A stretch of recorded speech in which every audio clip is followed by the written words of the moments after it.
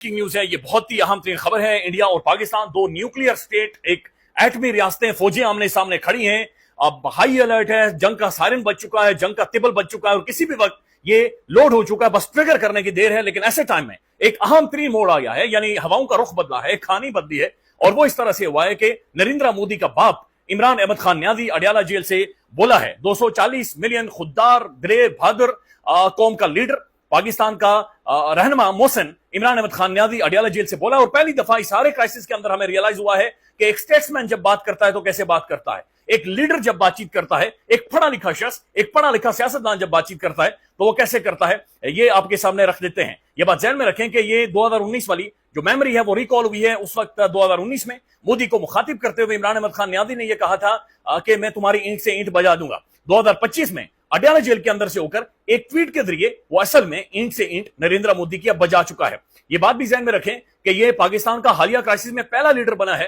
पहला इमरान अहमद खान न्याजी लीडर बना है जिसने हिंदुत्व नजरिए को मुखातिब किया है।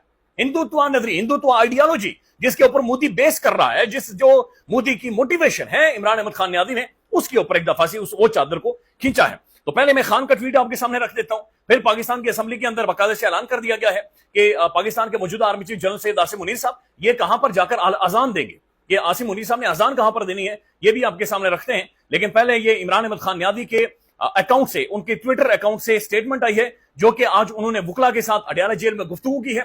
और ये वो गुफ्तगू है जिसे सेंसर करके बदकिस्मती से फैसल चौधरी साहब बाहर लेकर आए, या फिर मीडिया में उस वक्त करना नहीं चाह रहे थे, बट जो भी था, लेकिन अब ये असल स्टेटमेंट मंजर आम पर आई है।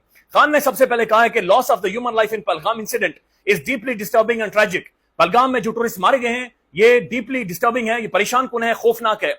I extend my deepest condolences to the victims and their families, यानी वो जो हिंदू मारे गए और जो नेपाली मारा गया, मैं उनकी फैमिलीज के साथ ताजियत करता हूं बतौर पाकिस्तान का सबसे बड़ा leader. When the false flag Pulwama operation incident happened, जब मोदी ने 2019 में false flag किया था, we offered to extend all out cooperation to India, but India failed to produce any evidence। Khan ये कह रहा है कि 2019 में मेरे टाइम में इस बंदे ने यही पागलपन किया था। मैंने ये कहा था कि तुम एक इन्वेस्टिगेशन करवा लो, हम तुम्हारे साथ हैं, लेकिन इसने उस वक्त 1% भी एविडेंस नहीं दिया था।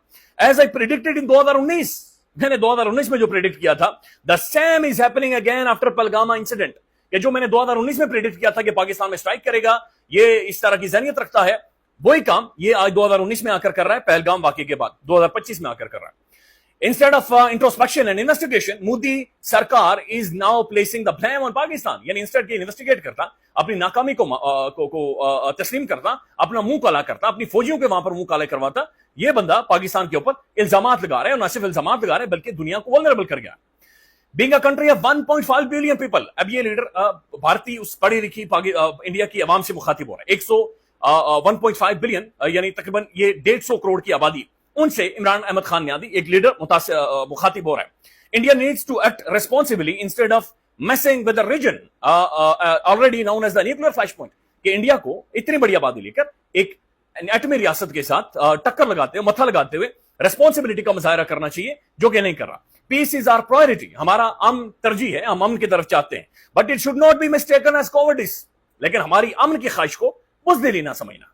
अब ये आप देखते जाएं एक एक पैराग्राफ को, एक एक सेंटेंस को, आपको महसूस होगा कोई लीडर बातचीत कर रहा है, कोई स्टेट्समैन बातचीत कर रहा है। शहबाज शरीफ साहब की तरह खाया से बॉम्ब मार देंगे, हम बॉम्ब मार देंगे, हमारे पास तुम बॉम्ब है, हम बॉम्ब मार देंगे, तो ये वो बातचीत नहीं हो रही, ये एक संजीदा लीडर गुफ्तगू बातचीत कर रहा है।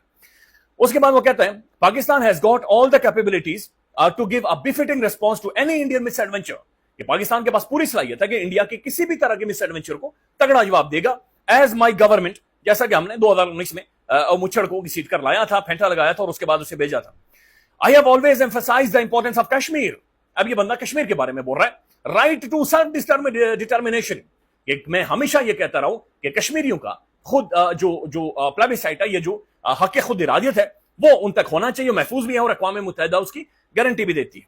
I have also, now RSS की तरफ जा रहा, I have also been highlighting the fact that India led by RSS ideology, Rashtriya Swayam सेवक आइडियोलॉजी, यानी अखंड भारत, अखंड भारत, हिंदुओं का भारत, हिंदू का भारत, ये जो आरएसएस आइडियोलॉजी है, मैं पहले भी ये कह चुका हूं, इज अ ग्रेव थ्रेट। ये असल जो मसला है, ये वाला है जो आरएसएस आइडियोलॉजी है, not only in the region but beyond it, ये सिर्फ इस रीजन के लिए, खित्ते के लिए नहीं बल्कि पूरी दुनिया के लिए खतरा है।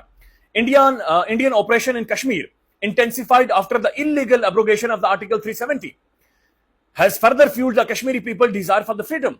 ये जो इंडिया का आर्टिकल 370 को जो इन्होंने एब्रोगेट किया है, जो खुसूसी हैसियत खत्म की है, उसने आजाद कश्मीर के अंदर लोगों का जो आजादी के लिए